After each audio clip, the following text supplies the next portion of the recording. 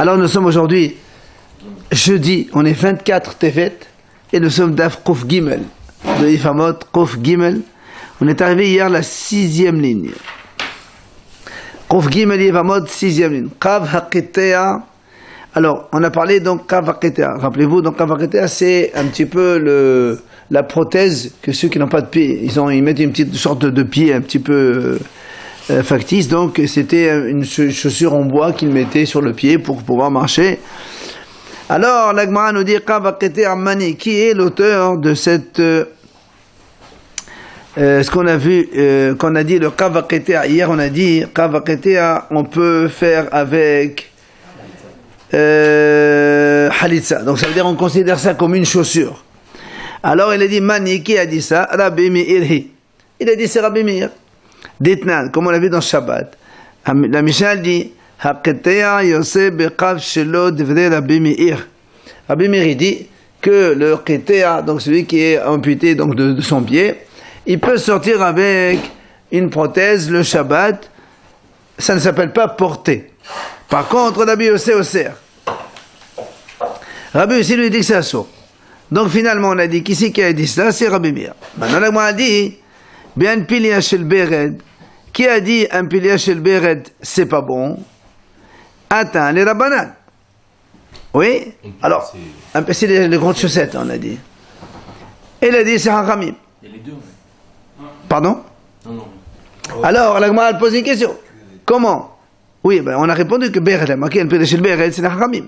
C'est-à-dire que nous, jusqu'à présent, on a dit, quand la Torah a dit, on a dit, il doit être en cuir. C'est pour ça que la chaussette en tissu, là, ça marche pas. Mais alors, dans ces cas-là, il dit, si c'est que du cuir. Mais dans ces cas-là, même la Kav Haketea qui est en bois, ça ne doit pas marcher. Donc, soit tu dis, Kav Haketea, on peut faire avec Halissa. Donc, même si c'est pas du cuir. Dans ces cas-là, même la chaussette en tissu aussi, on peut faire. Comprenez? C'est soit tu veux que du cuir seulement, soit tu admets autre chose. Et dans ces cas-là, si tu permets le Kav Haketea, donc le sabot de l'amputé, tu permets aussi la chaussette en tissu. Donc c'est contradictoire. D'un côté tu me dis en bois c'est permis, et après tu me dis en tissu c'est assourd. C'est pas. On met une chaussure sur la prothèse ou on enlève? Non, tu mets un morceau de bois pour mettre la prothèse dessus. Enfin, poser le pied dessus. Ça sert c'est comme une chaussure. Mais c'est pas une vraie. C'est pas en cuir. Sur la prothèse. Non, c'est la prothèse elle-même qui fait chaussure. C'est une forme de chaussure qu'on fait en bois et on met le pied dedans. La chambre. Alors c'est pour ça, Amar Abaye, il vient Abaye et dit non. Mais des Sefa Rabbanan et des Shana de Rabbanan. Il dit en vérité, comme la Sefa c'est Rabbanan et on autorise autre chose, donc c'est-à-dire donc le tissu, on interdit la chaussette en tissu. Alors déjà aussi Rabbanan. Déjà aussi c'est la Hakamim qui interdit autre chose. Alors comment tu autorises Kav Haketea qui est en bois? Il dit en fait cette chaussure en bois, cette prothèse en bois, elle est recouverte en cuir. Et c'est pour ça que le Hachamim l'autorise. Amal et Rava. Alors Rava dit très bien. Dans ces cas-là, Aval el mechoperor mai, pasoul. Donc dans ces cas-là, d'après toi, si c'est pas recouvert de cuir, c'est pas valable, puisque tu dis que c'est le Hachamim qui sont l'auteur. Alors il a dit, si c'est comme ça, Adetan il se va ben pilia shel bered, levlor bededa, bamed valimamoni bemchoperot, avalim choperot pasoul. Alors il a dit, au lieu de dire dans la Risha, tu me dis Kav Haketea, c'est kasher. Après tu me dis, si c'est en chaussette, en tissu, c'est pasoul. Puisque toi-même tu dis que dans la prothèse même, il y a une différence selon que c'est recouvert de cuir, oui ou non. Alors pourquoi tu fais la différence entre Kav Haketea et chaussette? Fais la différence dans le Kav Haketea lui-même, la prothèse elle-même. Tu me dis, la prothèse en bois, c'est pas soul. Mais si elle est recouverte de cuir, c'est kasher. Au lieu d'aller voir autre chose. Donc c'est pas ça dont on parle. C'est pour ça, elle, Amar Rava, vient Rava, il donne une autre interprétation. Mais en vérité, lui dit, la Recha, c'est Rabbi Meir, c'est-à-dire Kav Haketea, la prothèse en bois, elle est cachée pour faire Halitza. Alors dans ces cas-là, si tu admets autre chose que le cuir, alors pourquoi après, dans la Sefa, tu interdis la chaussette en tissu? Sefa Nami, Rabbi Meir. Même la Sefa, c'est Rabbi Meir. Alors pourquoi il interdit la chaussure en tissu? Il lui dit c'est simple. Haï merin, vehaï lo merin. Parce que le bois, il protège le pied. Mais le tissu, ça ne protège pas le pied. Donc c'est pas considéré comme une chaussure, c'est pour ça que c'est pas valable. Amar Amimor, il a dit à Amimor, Haïman de Halis, sarich le medhasih le khar'eh. Il dit, celui à qui la femme va faire Khalitsa, il faut le medhasih le khar'eh. Il appuie avec son pied sur le sol. Comme ça, après la femme elle soulève et elle enlève la chaussure. Alors Amal et Ravaché les Amimor. Ravaché lui dit, Behatania, pourtant on a dit hier, Ben Omed, Ben Yosef, Ben Mouté. On a dit quand on fait la Khalissa, le monsieur il peut être debout, il peut être assis, mais il peut être aussi allongé. Donc quand il est debout assis, le pied il est par terre. Mais s'il est allongé, comment tu peux avoir le pied comme ça, le talon par terre? C'est pas possible. Allongé, il retrousse ses pieds comme ça, il fait après il fait comme ça. Mais quand on dit Mouté, alors ces cas-là il est assis. Non, c'est pas sûr. Si on dit pour Mouté, c'est allongé. Alors il lui dit, c'est pas grave, il lui dit, c'est ce qu'il répond. Il dit non, il dit même s'il est allongé, il faut qu'il appuie la plante du pied sur le sol. Amar Amimor, Haïman di masgi' al-lihata di khar'eh la halis. Amimor il dit comme ça, celui qui appuie,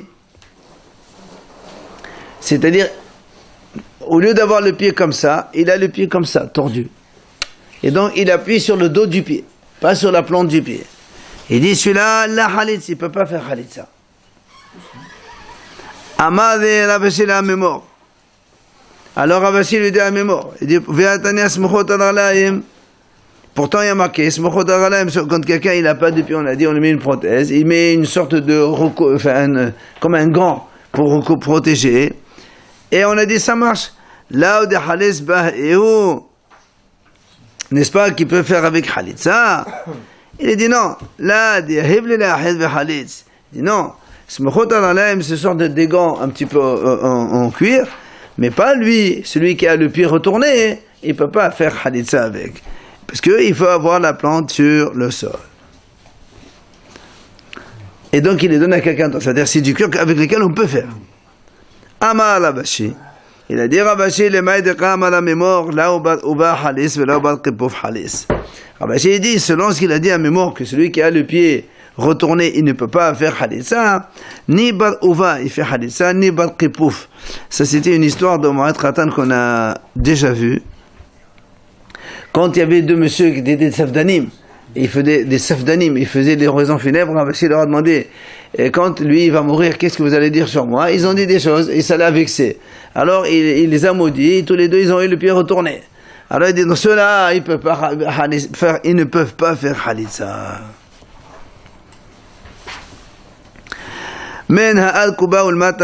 On a dit après dans la Mishnah, si un monsieur il a été amputé en dessous du genou, il peut faire Khalitsa. Alors la Gemara dit,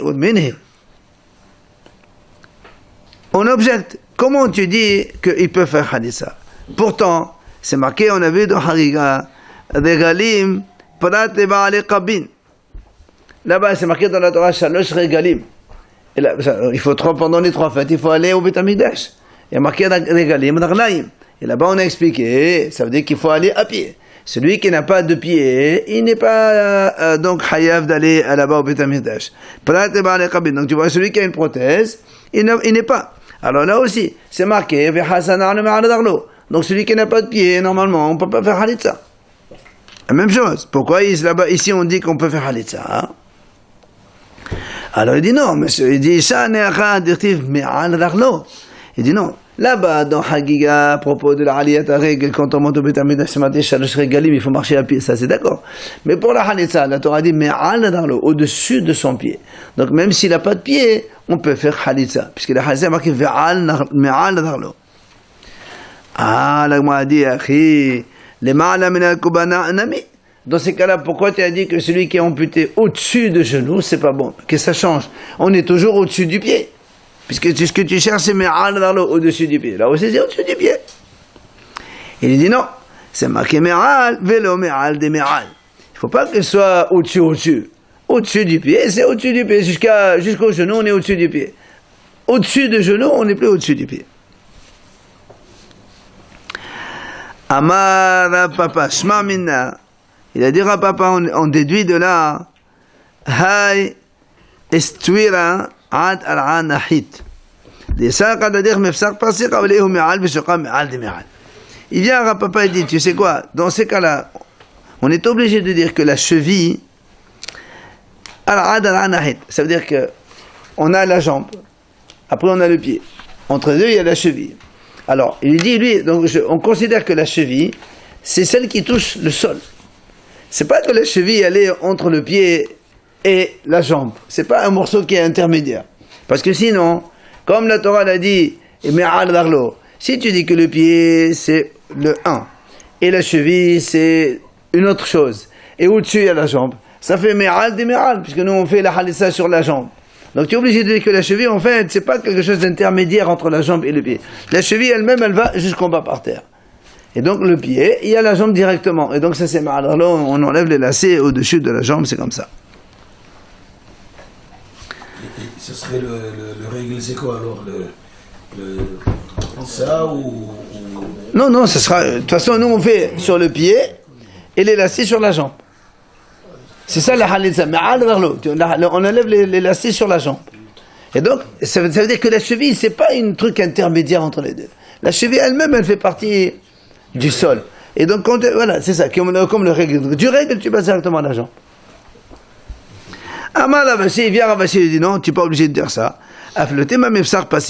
Même si tu dis que la cheville, elle fait intermédiaire entre le pied en bas et la jambe au-dessus,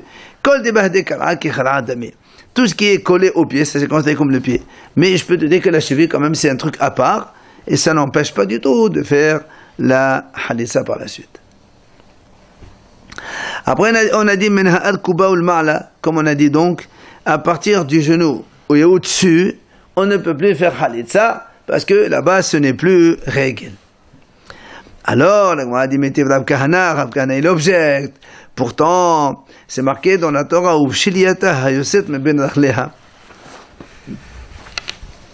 dans la Torah, c'est marqué à propos de la femme, quand la Torah parlait d'abord de malédiction, ça dit que la femme n'aura même pas pitié, même de ses enfants qui sortiront d'entre ses jambes. Or, le bébé, quand il naît entre les cuisses. Et pourtant, la Torah a employé le mot ragleha. Donc, tu vois bien que même la cuisse, c'est considéré comme règle. Donc, on peut très bien faire la halissa, même jusqu'à la cuisse. Alors, pourquoi la Mishnah a dit ici, on ne peut pas au-dessus de genoux, c'est pas bon. D'accord? Amal Abaye, il vient Abaye, il répond. Besha'a shekorat leled, no'esat aqaveh biyadchoteha beyoledet. Il dit non, parce que là-bas, quand la femme elle va accoucher, en général, elle replie ses pieds sur ses cuisses comme ça, et elle accouche. Donc, en fait, les pieds, ils sont pratiquement au niveau donc de l'accouchement. C'est ce qu'on fait aujourd'hui d'ailleurs. Donc, c'est pas une objection. Tashma, c'est marqué là-bas dans le Navi, Lo asa darlav velo sefamo. C'est marqué que il n'a pas coupé, enfin, il ne s'est pas rasé ses poils d'en bas, ni ses moustaches. Or, tu vois bien que les poils d'en bas, on a dit raglav. C'est-à-dire qu'il considère en bas de l'homme, d'accord, là où il y a l'organe mâle, c'est raglav. Donc tu vois bien que le règle, il monte jusqu'en haut. Alors on m'a dit non, là-bas, là-bas on employait un terme propre pour ne pas dire des choses vulgaires. Alors donc tu ne peux pas prendre référence sur ça. Tashma. On m'a dit dans un autre passage, ça aussi c'est une formule qu'on utilise pour dire aller faire ses besoins. On va dire pour verser ses pieds. Donc tu vois bien que quand on urine par exemple, ou bien on fait ses besoins les gros, il y a marqué raglav. Et c'est pas en haut, donc c'est pas raglav. Et là aussi il dit c'est un langage propre qu'on a employé. Tashma. Ça aussi c'était donc au sujet de Ehud ben Gera, quand il a tué Eglon, le roi de Moab. Après lui il est rentré en cachette, il l'a poignardé, il a laissé là-bas, il l'a enfermé, il est sorti. Et les soldats ils attendaient. Alors un il dit alors peut-être qu'il est en train de faire ses besoins. Et il a employé ce mot, Messeret Arlav. D'accord? Là aussi, faire les besoins, tu vois bien qu'on emploie les pieds. Il dit les mêmes choses. Les Shana Be'alia. Enfin, il donne une autre objection. Ben Varleha Kara Shachav. C'est marqué que quand Sisra, quand il s'est enfui, quand il y avait la guerre entre Barak, Ben Avinor, et Sisra, le roi de Yavin, le général du roi Yavin, et là-bas, il a marqué, il s'est enfui. Et finalement, il a atterri chez Yael, donc à la fin, elle l'a poignardé, elle l'a tué, elle a mis une cheville sur le front et elle l'a tué complètement. Alors, il est dit là-bas, c'est marqué, Ben Ragleha, c'est-à-dire, Haramim, ils disent que elle a eu une relation avec lui pour le fatiguer et après, elle a pu le tuer. Alors là-bas aussi, c'est marqué Ben Ragleha entre ses pieds. Donc, tu vois bien que la relation en haut, et pourtant, c'est marqué entre ses pieds. Donc, le pied, il va jusqu'en haut. Là aussi, il dit, les Shana Me'alia. C'est un langage propre pour ne pas employer des mots vulgaires. Amar Rabbi Yohanan. Il a dit Rabbi Yohanan, Sheva be'elot ba'al oto rasha be'oto hayom. 7 fois, il a eu une relation sur Rasha avec Yael ce jour-là. Ce n'est comme le pasuk qui dit, Ben ragleha kara nafal shachav, Ben ragleha kara nafal ba'asher kara sham nafal shadud. Il y a marqué 7 fois. Il y a marqué kara nafal shachav. Après encore kara nafal et encore kara nafal.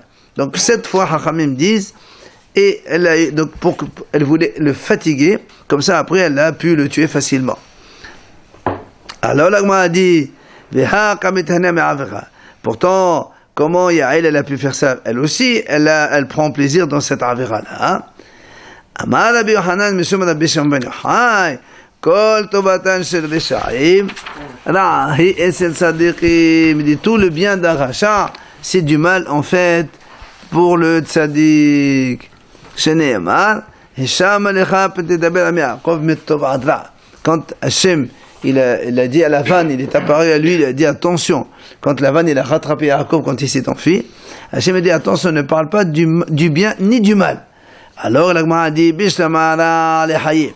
Je comprends qu'Hachem dise à Lavan de ne pas parler du mal avec Yaakov. Et la tov amaïla. Pourquoi il ne dit pas quelque chose de bien, des gentillesses? Et la shmamina tovatan shel reshaim ra'ahi tzadikim. Donc c'est de là qu'on apprend que le bien d'un rachat, c'est du mal pour le tzadik. Donc, Hachem ne voulait même pas que Lavan lui parle du bien à Yaakov. C'est du mal pour elle, tu veux dire? Oui. Il a fait le Shemaim. Absolument. Alors, l'Agma a dit, elle veut essayer de comprendre cette histoire de Yaakov et de Lavan. Bishlama hatam dilma metkali shema d'avdat kohavim. Elacha maïra'a ikka. L'Agma a dit, donc je comprends que là-bas, quand on a dit, Hachem il a dit à Lavan ne parle pas, même pas du bien avec Yaakov. Pourquoi c'est mal de parler du bien avec Yaakov?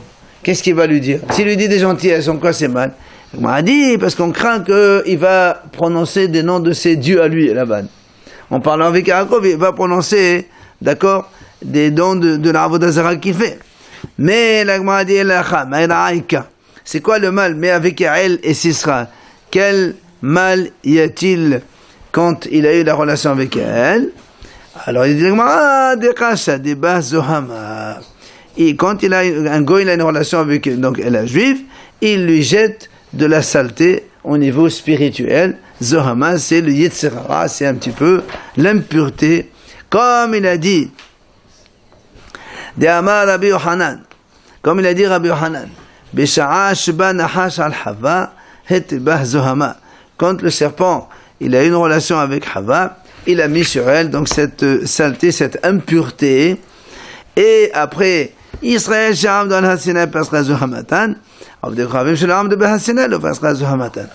les Bnei Israël ensuite, ils ont été donc présents devant le Mont Sinaï pour recevoir la Torah, toute cette impureté, elle est partie, elle s'est interrompue, alors que les Goïm, eux, qui n'ont pas été devant le Mont Sinaï, eh bien, cette impureté, elle reste en eux.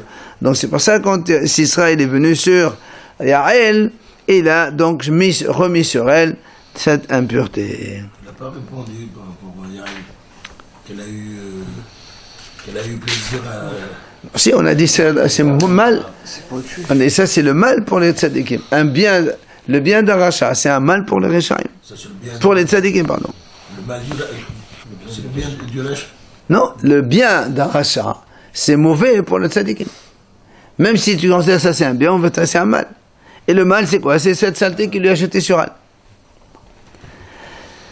Après, on a dit halsa b'min'al she'eno shelo. Si la femme elle a fait une halitza avec une chaussure qui n'appartient pas au monsieur. Min'al she'eno shelo. Nous on a dit là-bas dans la Mishnah, la halitza elle est cachée. Tano Rabbanan, Chachamim enseignent. Na'alo, c'est marqué v'halsa na'alo me'al raglo. Na'alo, c'est sa chaussure. Elle la na'alo. Donc de là, je comprends qu'il faut que ce soit sa propre chaussure à lui. Na'al shekol adam minahin.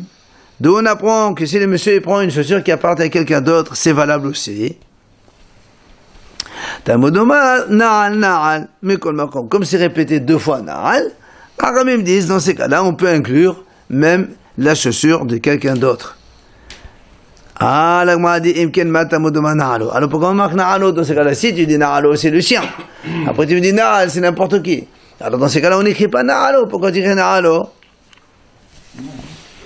La Gemara répond na'alo hala oilo. Ça veut dire qu'il faut qu'une chaussure qui lui soit, on va dire, qui lui, ça lui va bien. Ça lui va bien. Voilà. Ça taille plus ou moins, on va dire comme ça. Prat, c'est ce qu'il dit. À l'exception, les gadol, c'est on a l'orbo. Si quelqu'un, tu lui donnes une pointure très importante, au point qu'il n'arrive pas à marcher avec, ou le contraire, les katan, c'est ou encore une petite chaussure qui n'arrive même pas à la majorité de son pied, ou enfin, ou encore, c'est quand il y a des sandales qui n'ont pas de semelle, là aussi, ce n'est pas valable. C'est pour ça il faut donc, le mot na'alo, c'est pour dire il faut qu'il ça lui aille un petit peu, qu'il puisse marcher avec. Il a dit Msulaïm, c'est-à-dire ils n'ont pas de, il leur manque un talent. Et donc de là on voit que quoi? Que le mot na'alo, ça veut dire qu'il peut marcher avec. Mais il peut prendre une chaussure qui appartient à d'autres personnes sans aucun problème. Abaye, de Rav Yosef. Abaye, il était devant Rav Yosef. Ataye Vama la halos. Et il y a une Vama, elle est venue pour faire halitza. Amale, Rav Yosef, il dit à Abaye, Hav les sandalcha, donne-moi ta chaussure. Pour lui montrer que voilà, on peut faire la halitza avec la chaussure d'un autre, quelqu'un d'autre. Qu'est-ce qu'il a fait Abaye? Yahev les sandala dismala. Il lui a donné sa chaussure gauche. Et nous, on sait qu'on ne peut pas faire avec la chaussure gauche. Enfin, je ne sais pas si on peut ou on ne peut pas. Nous, dans la Mishnah, on a dit Bidi Avad, c'est caché. Dans la Mishnah, on a dit, je pense. Dans la Mishnah, on a dit ouais. Halsa bismol. Shmol biyamin, hakshira. On va dire comme ça. Halsa, a posteriori. Si il a mis la chaussure gauche dans le pied droit, c'est voilà, parce que la halitza, il faut que ça soit dans le pied droit. On va voir après si on a fait dans le pied gauche, savoir si on marche pas, c'est après. Mais c'est la chaussure elle-même, on a dit dans la Mishnah. Si elle a mis la chaussure gauche dans le pied droit, Bedi Abad, c'est valable. Or, c'est ce que la Gemara dit. Donc Abaye, il lui a donné la chaussure gauche. D'accord? Alors,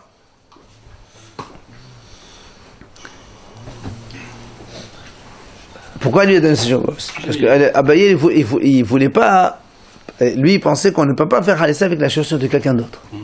Donc, il ne peut pas lui dire c'est assour. Rav, c'est son maître, Rav Yosef. Alors, il lui a donné sur gauche. Zamankel, tu vois, on ne peut pas faire avec. Amale, alors le Rav Yosef lui dit il dit quand est-ce que les Hachamim ils ont dit la gauche c'est valable, si on l'a fait déjà. Mais les Khatahila, a priori, je n'ai pas le droit de faire. Pourquoi tu me donnes la gauche? Ah, mal, alors Rabbi maintenant il lui répond. Et après, sandal, il lui dit, mais là aussi dans ces cas-là, la chaussure qui ne lui appartient pas, c'est un cas de Bedi Avad.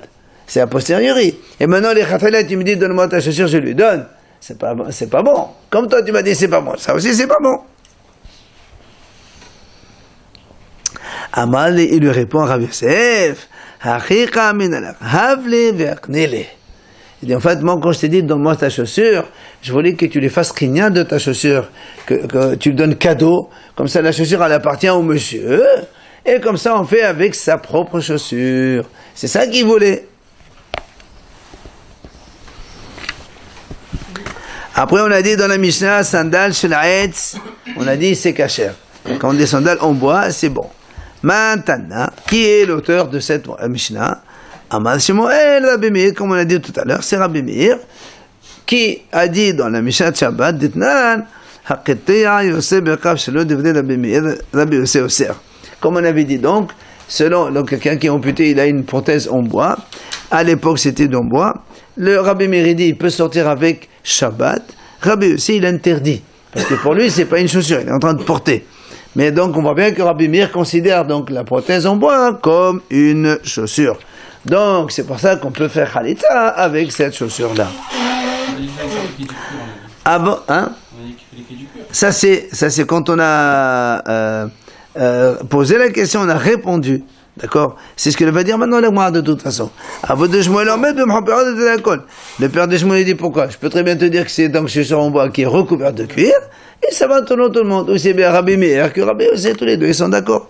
Quand c'est recouvert de cuir, alors c'est valable, c'est du cuir. Amar Rapapi Meshemeh de Rava. Rapapi dit comme ça, au nom de Rava, Sandal Hamusgar, Lotahanosbo, Vemhasa Halisata Kshira. Sandal Hamuhlat, Lotahanosbo, Vemhasa Halisata Psula. Alors vous vous rappelez, à propos du Metzora, il y a deux étapes dans le Metzora. Il y a le Metzora Musgar et Muhlat. Musgar, ça veut dire que le Kohen, il l'enferme une semaine pour voir quelle est l'évolution de la tâche. Et quand après il voit si la tâche elle s'avère vraiment que c'est une tâche de tsaraat, il devient muhlat. Et là il reste une semaine, donc écarté et tout ça, en dehors du camp et toutes ces choses. Alors la différence c'est que le musgar il est voilà, le musgar il est tamé, mais après il peut devenir pur, c'est pas un problème. Mais quelqu'un qui est muhlat, là, il faut le brûler. Si quelqu'un il a une sarat sur le tissu, par exemple, et c'est une sarat muhlat, il faut brûler le tissu. La même chose, il a une tache dans la chaussure, qui est muhlat, il faut brûler la chaussure. C'est pour ça que la Gemara nous dit comme ça. Là, au nom de Rava, Rapapi dit en Rava, Sandal Musgar, si quelqu'un il a fait une halitza, enfin, d'abord on te dit, Sandal Musgar, lo tahalosbo. A priori, on ne fait pas avec une halitza. Rachid explique pourquoi, parce qu'on craint. Si tu permets de faire avec une sandale musgar, demain il va faire avec une sandale muhlat. Et le sandal muhlat, dans tous les cas, c'est assourd. Pourquoi? La Gemara dit parce qu'étant donné qu'il est destiné à être brûlé, c'est comme si qu'il est brûlé déjà maintenant, et il n'y a pas de chaussure. Donc, c'est pour ça que sandal musgar, a priori, il ne faut pas faire. S'il a fait, c'est kasher. Musgar. Par contre, muhlat, sandal muhlat, lo tahalosbo, v'imhalsa halisata psula. Et la halisa, elle est pas soule, elle ne marche pas. Parce que, encore une fois, le sandal muhlat, il est destiné à être brûlé. Et comme c'est donc quelque chose qui est destiné à être brûlé, c'est comme si que maintenant ça n'existe pas. Et donc on ne peut pas faire une halisa avec quelque chose qui n'existe pas. Comment il sandal musgar? C'est lui, c'est le monsieur, il a le... Non, c'est le sandal. Le sandal qui est le monsieur là, on s'en fout. C'est une sandal musgar. Il y a une tache qui arrive dans il y a une tache dans les vêtements. Oui, bien sûr. Comme ça arrive dans les vêtements, ça arrive dans la chaussure. Oui. Et après ça, qu'est-ce qu'on fait de la chaussure? On la brûle? Non, c'est musgar, non. C'est musgar, non. Muhlat, elle doit être brûlée. C'est pas ça, on ne peut pas faire avec. Là, papa, Monsieur de Rava. Papa, lui, il vient, il dit, Amar, Ehad sandal musgar, Ehad sandal muhlat, lo tahalosbo, Vemhas halistakshira. Papa, lui, il dit non. Aussi bien musgar que muhlat, il ne faut pas faire halissa a priori, d'accord? Mais si on a fait avec une halissa, la halissa elle est cachée, selon Papa. Alors, la Gemara TV. La Gemara objecte. Bayet amusgar mitamem etocho. Quand on a une pièce qui a une tache de lèpre et que le Kohen isgiro à Kohen, ça veut dire il est enfermé, il va attendre une semaine l'évolution de voir un peu comment ça évolue. Ça s'appelle bayet musgar. Si quelqu'un il touche le mur de l'extérieur, il n'y a rien du tout. Mais si tu touches le mur de l'intérieur, c'est marqué Mitamé Metocho. Que de l'intérieur. Si quelqu'un il rentre sa main par le dessus, il touche le mur intérieur, il est tamé ce monsieur. Par contre, Muhlat, Metocho Me'ahawab. Par contre, le Muhlat, une bête Muhlat, une maison qui est impure, qu'il faut détruire les murs, casser les murs, tout ça, celui-là, même si quelqu'un il touche le mur de l'extérieur, il devient tamé. C'est la tsarat, ça. Ça, c'est quand on n'est pas entré dedans. C'est juste on est dehors et on touche de l'extérieur. Veze vazé metame in bva. Dans tous les cas, aussi bien mousga que mohlat, si quelqu'un il rentre un monsieur dedans, il devient tamé de toute façon. Alors là, moi, elle pose une question.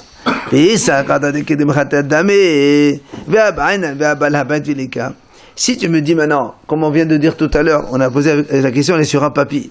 Si tu me dis maintenant que une chaussure qui est destinée à être brûlée, oui, c'est comme si qu'elle n'existe pas. On a dit tout à l'heure, une chaussure muhlat, elle est destinée à être brûlée, donc c'est comme si qu'elle n'existe pas, on ne peut pas faire halitza avec. Alors là, on a dit, mais alors dans ces cas-là, la même chose, bait muhlat. Et bait muhlat, c'est destiné à être les murs cassés. Donc comment tu me dis maintenant, si quelqu'un il rentre dedans, il est tamé, puisque c'est comme si que la maison elle est cassée, c'est comme si qu'elle n'existe pas. Alors je ne peux pas tamer. Si tu considères ce qui est destiné à être détruit, c'est comme si qu'il n'existe pas maintenant. La chaussure, elle n'est pas valable. Alors la maison non plus, c'est pas une maison. Même s'il y a 4 murs, vu que les 4 murs vont être cassés à cause de Mohlat, c'est comme... Mais si, c'est ce qu'on est en train de dire, parce qu'il est Mohlat. On casse tous les murs. On a dit qu'on était impur. Quel morceau ? Même de l'extérieur, on était impur. Si tu touches. Non, pas l'extérieur. Mais là, on a dit si tu rentres. Deux sujets différents, hein, c'est l'impur. Et non, si tu me dis que c'est destiné à être brûlé, c'est comme si que tu n'es pas rentré dans une maison. D'accord, mais si on touche pas cette chaussure. Non, tu touches le mur, tu es tamé. Tu as touché un mur. Si on touche la chaussure, C'est pareil, c'est la même chose. voilà, donc c'est l'impur. Non, mais là, on parle pas. On est en train de comparer la chaussure avec la maison. Toi, tu as dit une chaussure.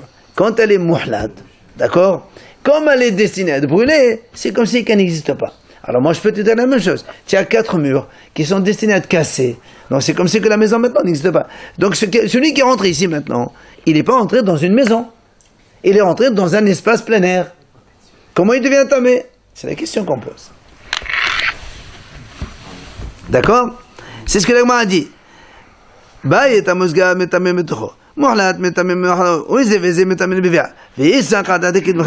si tu penses comme si qu'il était détruit déjà. Et la Torah dit quand on rentre dans une pièce, 4 murs, on est tamé. Mais là, on n'est pas dans 4 murs puisqu'il n'y a pas de mur, entre parenthèses.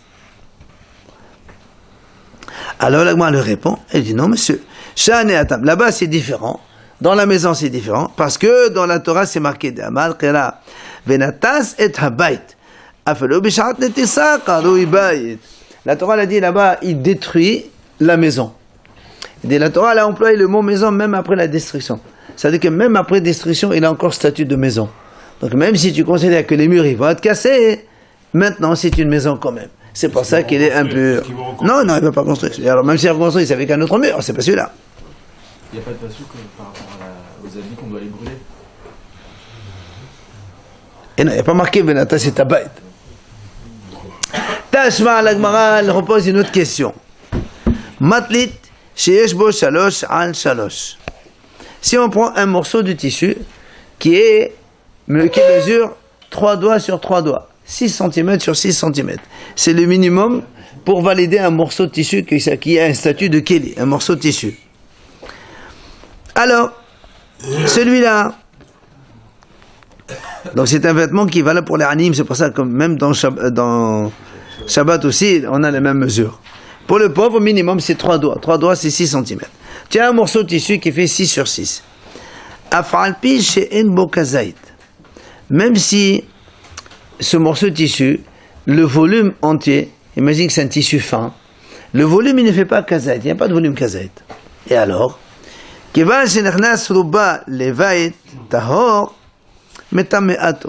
si ce morceau de tissu il est Metzora, il y a une tache de lèpre dans ce morceau de tissu. D'accord? Tu es à 6 cm sur 6 cm, il y a une tache de lèpre. Le tissu, il est tamé.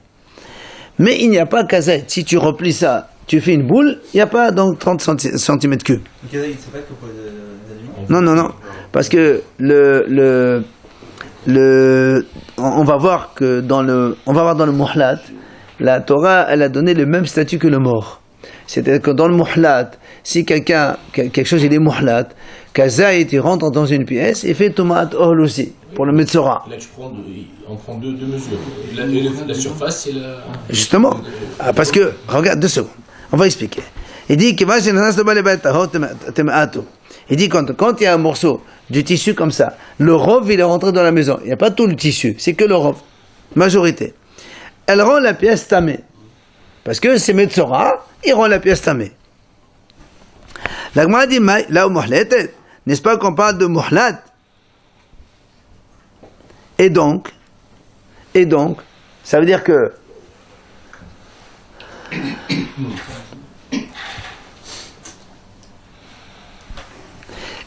si tu dis que le morceau de tissu, on a fait rentrer qu'une partie seulement, d'accord, et l'autre, elle n'est pas rentrée, alors le m'a dit, n'est-ce pas qu'on parle de muhlat? Donc, c'est-à-dire que le Metzora, il est muhlat. Et pourtant, tu n'as pas considéré comme toute l'unité, parce que tu m'as dit que si rien que la majorité seulement, elle est rentrée, ça rend impur. Ça veut dire que l'autre partie qui n'est pas entrée, elle n'a rien à voir avec la maison. Donc tu considères qu'il n'y a pas de lien. C'est-à-dire, s'il y a un petit peu tamé, le reste, il n'est pas tamé. Et donc, nous, on a dit, normalement, quand quelqu'un il est impur, il faut le brûler entièrement. Or, ici, si tu ne fais pas de lien entre... Dans la maison, il n'y a pas 3 doigts de tissu. N'est-ce pas? Puisqu'il y a, disons, il n'y a que 2 doigts. Et un doigt, il est resté dehors. D'accord? Il y a 4 cm du tissu, ils sont entrés dans la pièce, et 2 cm, ils sont dehors. Alors, si on considère que tout va être détruit, donc tu ne peux pas me parler de majorité. Parce que même s'il n'y a rien qui est entré, puisque tout est détruit, c'est comme si qu'il n'existe pas. Alors, n'est-ce pas qu'on parle de muhlat, et pourtant tu as fait une différence entre les deux, donc tu ne peux pas me dire, comme il va être brûlé, alors il est considéré comme rien. La Gemara dit non, musgeret. La Gemara dit non, ici on ne parle pas de muhlat, on parle de musgar. C'est-à-dire, donc, on est dans la première période des 7 jours, et donc, il n'y a pas de problème de... dans le musgar, 2 secondes. Donc, c'est ça, dans le musgar, on a dit qu'on ne brûle pas quand c'est musgar, et donc, c'est pour ça qu'on parle de rov. Il y a rov et pas rov. Alors, on m'a dit, dans ces cas-là, il y a un problème, pourquoi? Et Achi, et ma seva, regarde dans la seva, qu'est-ce qu'il y a marqué? Hayuba kama zitim. Il y a marqué là-bas, si dans le tissu, par exemple, le tissu, il est fait avec des fils épais, la laine. Et donc, il y a plusieurs volumes de zaït là-bas. Si qu'un zaït rentre dans une pièce, oui, il y a marqué c'est tamé. Or, la Gemara dit, si tu me dis qu'on parle de Metzora muhlat, comme on a dit tout à l'heure, le Metzora muhlat, il a le même statut qu'un mort. C'est pour ça qu'un zaït d'un mort, il rend impur toute la pièce, et qu'un zaït de Metzora muhlat, il rend impur aussi toute la pièce. Mais si tu me dis qu'on est dans musgar, il rend pas impur toute la pièce. Alors comment tu me dis qu'il parle de musgar? Donc on est sûr qu'on parle de muhlat. Et donc on ne fait pas de rapport avec mechatat shirodé. Alors il lui répond. Les mêmes choses, je dis, parce que la Torah l'a dit, il brûlera le tissu. Que même si à la fin on va le brûler, il est quand même considéré comme tissu, mais non, maintenant il est tissu quand même. Alors il a dit dans ces cas-là, alors pourquoi on n'apprend pas de là-bas ici? Ben la même chose, si on fait avec la chaussure, même si ça va être destiné à être brûlé, pour l'instant elle n'est pas brûlée, alors elle est valable. Pourquoi tu dis Sandal Mohamed c'est pas bon? Velegmad Miné, pourquoi on n'apprend pas de lui? Alors la Gemara répond non. Et sur Metum'a la Gamrinan, on ne peut pas apprendre les choses interdites de l'impureté. L'impureté, c'est des lois spéciales. L'interdiction, c'est des lois spéciales. On ne peut pas donc comparer les deux. On l'a fait pour la maison. Et non, puisqu'on a repoussé. Et la maison, il y a un passouk de la Torah. C'est pas pareil. Pour le vêtement, c'est pas Hein? Là aussi, il y a un passou. Et ben alors, Justement, il y a un pasuk dans la Touma, mais il n'y a pas un pasuk de l'Issour. Dans la maison, il n'y a pas de problème de Issour, il y a un problème d'impureté. Donc on n'est pas en train de comparer Assour avec impureté. Et Rava, il a dit a posteriori, s'il a fait avec la chaussure Mouklat ou Mousgar, ça marche a posteriori, il a dit Rava. Rava, il a dit... Non, c'est Rapapi au nom de Rava et Rapapa au nom de Rava, tous les deux. Non, maintenant, Amar Rava. Rava, il dit nous, Hilcheta, la halacha. Maintenant, il compte, parce qu'on a eu deux avis selon Rava. Maintenant, c'est Rava lui-même qui s'exprime. Hilcheta, Ehad, sandal, Mousgar. Que ce soit une sandale, donc une chaussure qui est Mousgar, donc dans les 7 jours premiers jours de vérification. Ve'ehad, sandal, chez Mohlat. Ou encore, sandal qui est Mohlat, qui est donc le Kohen, il a déjà décidé qu'il était impur et qu'il faut le brûler. Ve'ehad, sandal, chez l'avodat kohavim. Ou encore une chaussure d'un avodat zara. Il le met sur le pied de la statue. Lo tahalot. A priori, les khatila, on ne fait pas de halitza avec. Vim halsa, ici elle a quand même fait la halitza. Halitza ta kshira. La halitza elle est kashère. Hein? Oui, c'est pour ça. Et, ça c'est une mitzvah, on ne profite pas des mitzvot. Maintenant, chez le teqrob et avodat zara. En plus, avodat zara, hachamim disent, on peut être mevatel avodat zara. Un goy peut être mevatel avodat zara, donc c'est pas un problème. Maintenant, si c'est teqrob et avodat kohavim, c'est une offrande qu'on a offert à l'avodat zara. Si on a offert cette chaussure comme korban à avodah zara, là c'est impossible, il n'y a pas de bitoul et donc ça ne marchera pas. Ou encore, ou une chaussure qui se trouvait dans la ville, la Nedahat, c'est une ville qui va être brûlée parce que tout le monde a fait, la majorité des villes ont fait l'avodah zara. Et si une chaussure on l'a destinée à une personne âgée, pour lui mettre l'echvodo, après sa mort, il voulait mettre cette chaussure-là. Eh bien, on ne peut pas faire halissa. Ici, elle a fait, dans ces cas-là, la halissa, elle n'est pas saoule complètement. L'agma dit, justement, à propos de ce zaken, Amale, pardon, Amale Ravina le Ravashi, Maïshina zaken et asoul l'echvodo de l'avle le chavid. Dividina me l'avle le chavid. Il dit, pourquoi tu as dit que quand on prend une chaussure, qu'un monsieur, il a réservé à mettre après sa mort, et tu m'as dit, ça, c'est pas saoul. Pourquoi c'est pas saoul? Parce qu'il a dit, c'est une chaussure qui n'est pas faite pour marcher. Puisque quand il va mourir, il peut le marcher. Alors il a dit, dans ces cas-là, comment ça se fait qu'aujourd'hui, on utilise une chaussure du Bédine qui n'est pas faite pour marcher? Elle est au bureau du Dayan, chaque fois qu'il y en a un qui vient, il dit, voilà, tiens, cette chaussure, je la donne, mais personne ne marche avec. D'accord? Mais on peut marcher. Amalé, c'est ce qu'il lui dit. Et le masgib et shahad évidemment mekavid ale dayana. Il lui dit là-bas, imagine que le shama, s'il veut prendre la chaussure, marcher avec, il va aller faire ses courses. Est-ce que le dayan, il va lui dire quelque chose? Il ne va pas lui dire, c'est pas interdit. Mais par contre, là-bas, le mort, il ne peut pas marcher avec la chaussure. C'est pour ça qu'il y a une différence. Une chaussure pour marcher ou non pas pour marcher. Juste, on introduit la Mishnah. Matnitin. Halsa balayla halisatak shira. Vela bela hazar posé. Si on a fait la halissa la nuit, la Mishnah dit c'est kasher, mais Rabbi Lazar dit non, c'est pas saoul. Bismol, si maintenant on a fait la halissa avec le pied gauche, halissa tabsoula, la Mishnah dit c'est pas saoul, et Rabbi Lazar dit c'est kasher. On verra demain.